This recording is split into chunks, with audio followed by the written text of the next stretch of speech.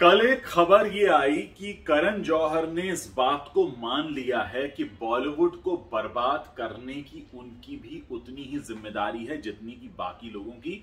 यानी करण जौहर खुद को इस बात के लिए रिस्पॉन्सिबल मानते हैं कि उन्होंने बॉलीवुड को बर्बाद कर दिया। और अब कंगना ने जो हालिया एक पोस्ट किया है जिसमें उन्होंने बिना नाम लिए करण जौहर को ही जिम्मेदार ठहराया है नेटफ्लिक्स इंडिया की बर्बादी के लिए भी। ये पूरी कहानी क्या है मैं आपको डिटेल में समझाता हूं। देखिए, खबर ये आ रही है कि Amazon प्राइम जो सबसे बड़ा राइवल है नेटफ्लिक्स इंडिया का, वो 40 नए और बड़े प्रोजेक्ट्स लॉन्च कर रहा है। दूसरी तरफ नेटफ्लिक्स इंडिया से खबर ये आ रही है कि नेटफ्लिक्स इंडिया पूरी तरह से फ्लॉप रहा है, सब्सक्रिप्शंस घट रहे हैं, शेयर के दाम नीचे जा रहे हैं और अमेरिका में बैठे जो नेटफ्लिक्स के आका हैं उनका यह मानना है कि भारतीय बाजार को समझने में पूरी तरह से असफल रहा है नेटफ्लिक्स इंडिया। अब सवाल यह उठता है कि नेटफ्लिक्स जब भारत में आया तो वो किसके संपर्क में आया। सभी जानते हैं कि नेटफ्लिक्स जब भारत में आया तो वो दो लोगों के संपर्क में आया, एक अनुराग कश्यप, दूसरे करण जौहर।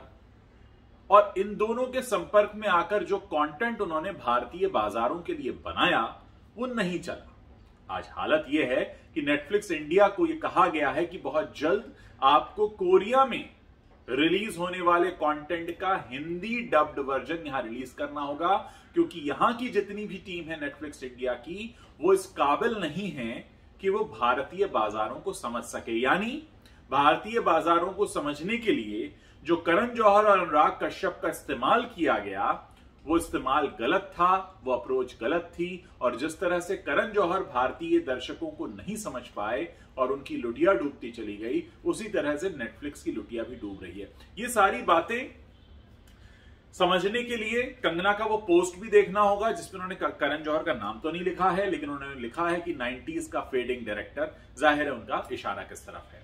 ये फैक्ट भी अपने आप में अपनी जगह पर है कि Amazon प्राइम 40 बड़े प्रोजेक्ट्स ला रहा है।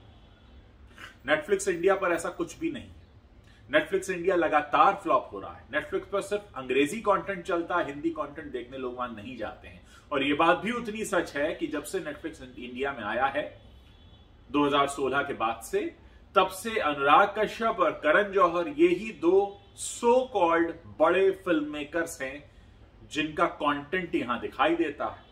तो कहने का मतलब यह है कि जिस तरह से अनुराग कश्यप और करण जौहर नहीं समझ पाए भारतीय दर्शकों के बाजार को, उसी तरह से फेल हो गया नेटफ्लिक्स इंडिया। और अब यह बात साबित होती जा रही है।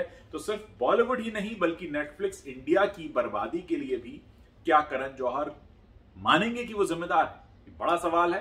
मैं आप लोगों से भी जानना चाहता हूं। आप लोग भी देखते रहते हैं बहुत सारा कंटेंट। आपको क्या लगता है? जो भी आपकी राय हो शेयर कीजिए, मुझे बताइए। और अगर ये वीडियो पसंद आया हो तो आप इसे आगे शेयर कर सकते हैं।